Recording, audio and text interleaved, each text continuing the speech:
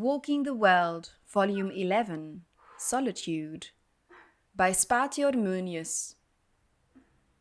A comprehensive description of the city of Solitude.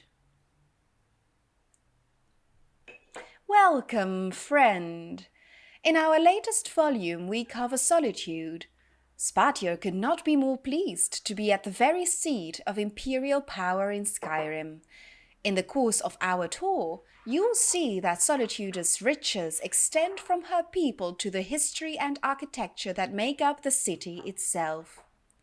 As ever, we begin our journey outside the city walls, this time at the bottom of the hill that ascends all the way to Solitude's massive gates.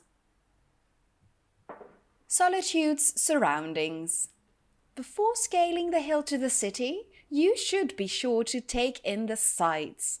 Wander the track that leads down to the docks, and you can stop to enjoy one of the best views of the Great Arch.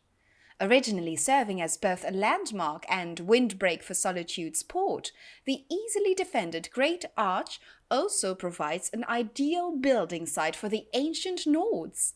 The city gradually grew to extend across the entire length of the arch.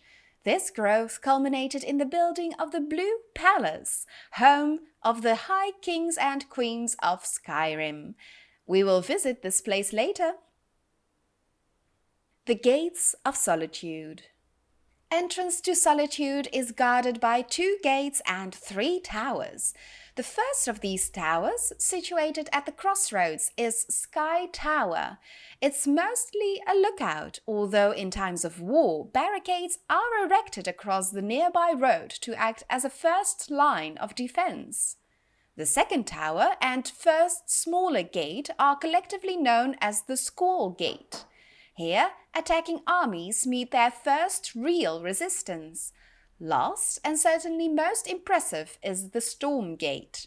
While Castle Dower, found just within the city's main gate, has always been a massive walled structure, Solitude's outer walls and gates were not added until shortly after the coronation of High King Edeling.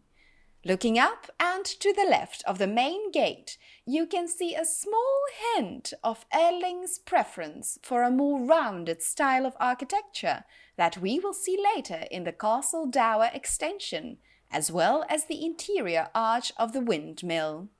Now we pass through the gates and enter the main shopping district of Solitude.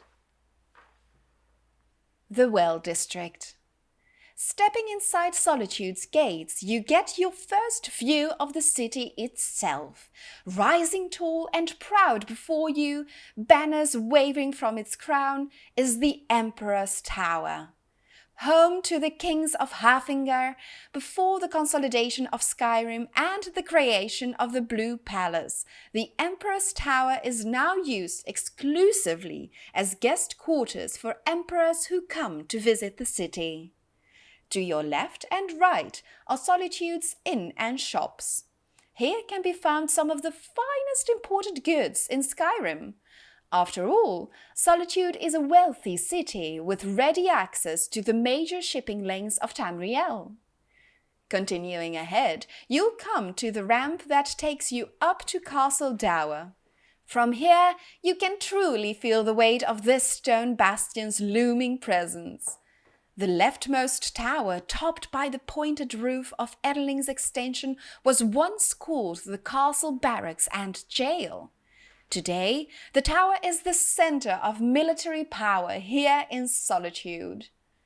Looking right past the looming Emperor's Tower, you can glimpse Solitude's natural bridge arcing gracefully over to the windmill. Built during High King Edeling's day, the bridge was said to be used to discreetly allow Captain Yitte, the famous privateer, to enter Castle Dower. Some historians claim that she and the High King were simply attempting to keep their business dealings quiet. Others believe that Yitte and Edeling were involved in a more personal level. At the end of the bridge is the windmill. The tower and the windmill serve as one of Solitude's most recognizable man-made landmarks. The windmill's power was once used to open the gates to what is now the East Empire Company warehouse, but today that task falls to the strong backs of the dock workers. In the shadow of the windmill, you'll find the outdoor market and the well. Here you can buy a number of local delicacies, including the famous spiced wine made exclusively in Solitude. From here, we'll travel up the ramp and into Castle Dower courtyard. Castle Dower. As you enter the courtyard of Castle Dower, you are confronted with the banner of Solitude hanging over the door to what is now Castle Dower proper. At the far end of the courtyard stands the impressive Temple of the Divines. The founders of Solitude were deeply devout, and Solitude is the only place in Skyrim where all of the divines are worshipped in a single temple.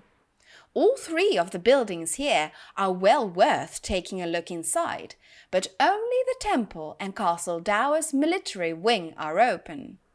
If you do venture inside the temple, take special note of the alcoves at the front.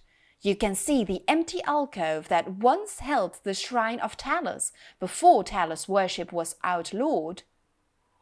From the courtyard, travel out the exit between Castle Dower and the temple, and you'll get your first sight of the Blue Palace. Along the way, be sure to stop outside the Bard's College, a large building on your left marked by the flame of Kalissos burning beside the steps. Named for a famous bard, it is said that as long as a flame burns, the college will stand. The Bard's College. Looking up from the Bard's College steps, you can see that the college stands taller than the Blue Palace itself. The bards who train here can be heard throughout Skyrim singing songs that capture the history of the ages. If you get the chance, you should be sure to catch the burning of King Olaf, an ancient festival where King Olaf is burned in effigy. Continue up the road from the college and you'll reach the courtyard of the Blue Palace, our final destination. The Blue Palace. The Blue Palace is home to the Jarls of Solitude, who for centuries have also served as the High Kings and High Queens of Skyrim.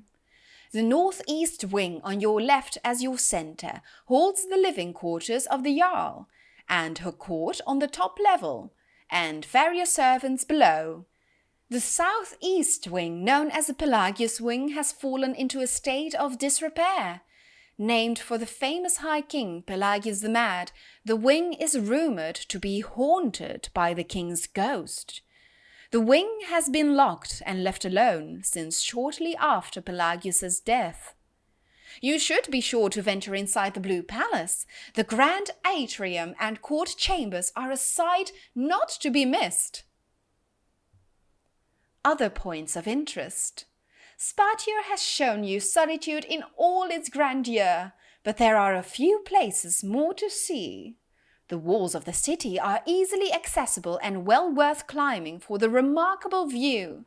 The Solitude docks are also worth a visit, as they are the largest in Skyrim. That's all for Walking the World Volume 11. Spartier does not know his next destination yet, but you can be sure that where he does go, he will leave you a record of the best things to see. Spartier Munius, World Traveller.